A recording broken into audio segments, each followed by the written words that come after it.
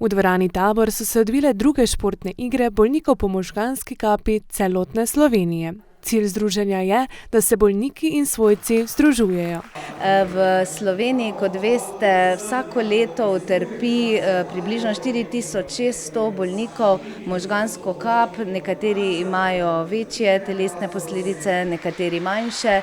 In po akutni rehabilitaciji in kasneje seveda je zelo pomembno, da se naši bolniki družijo in da se nekako rehabilitacija tudi nadaljuje v kroničnem obdobju. Člane vseskozi spodbujajo k aktivnemu življenju. Imamo različne programe, preventivne programe za obvladovanje dejavnikov tveganja, za preprečevanje nastanka ponovne kapi.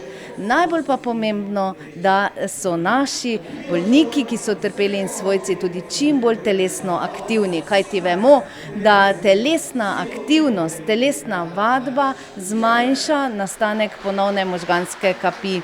Vsak udeleženec nosi svojo zgodbo. 2009 me je, v avtobusu smo šli na izlet v Medžugorje, na Božjo pot. Sem bil v službi. Iz službe pridem domov, popoldne sem delal in zjutraj vstanem mnoga mravljinčice. In po noč, drugi dan, ki sem vstal, sem padel k hruška dol. In žena me je peljala v zdravstveni dom, na Jesenice sem ostal 9 tednov, od tam v Soča, 3 meseca, od Soča v Ljubljani, potem pa sem bil na voziček, leva roka ni delala, desna noga tudi ne. Na novo sem se učil hoditi, evo zdaj pa se počutim, tako kaj je bilo, je super. Ne vem. Jaz sploh ne vem, da me je. Sem hodila po raznih preiskavah za vse drugo in takrat so končno ugotovili, da me je pač kap. Povezovanje bolnikov je izrednega pomena. Člani lahko z delom v klubih razvijajo preostale zmožnosti, pridobivajo samozavest in občutek, da zmorejo. Veliko mi pomeni.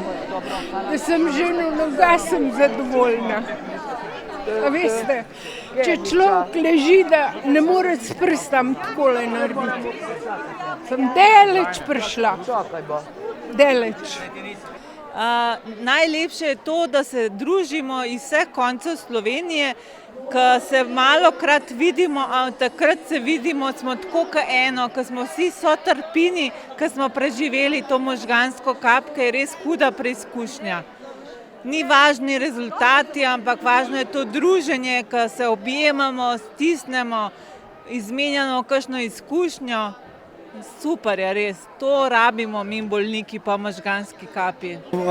Veliko pomeni to, da je fajn družba, da vidiš, kakšne ljudi ima pred sabo, za sabo, a ne, in kaj to pomeni. Če si aktiven, mogoče boš vse dogajaš na cilj. Če pa ne ustrajaš, ne veš, težko bo. Najprej so pripravili pester kulturni program, nato pa se je odvilo tekmovanje v različnih kategorijah. Kegljanje s kroglo na vrvici, balinanje, pikado, šah, vlečenje vrvi, vodenje žoge med stožci in metanje kroglic na palčko. V Sloveniji deluje Združenje za cerebrovaskularno bolezen že 33 let. Danes praznujemo obletnico Združenja za cerebrovaskularno bolezen po možganski kapi z predsednikom Milanom Čučkom. Prav tako pa v Sloveniji deluje 26 klubov cerebrovaskularne bolezni. Vsi udeleženci so se v igrah več kot zabavali in na lastne oči smo se prepričali, da možganska kap ne izbira. Mlajši in starejši. Vsakega lahko doleti, zato je pomembno, da se tega zavedamo in poznamo dejavnike tveganja za možgansko kap.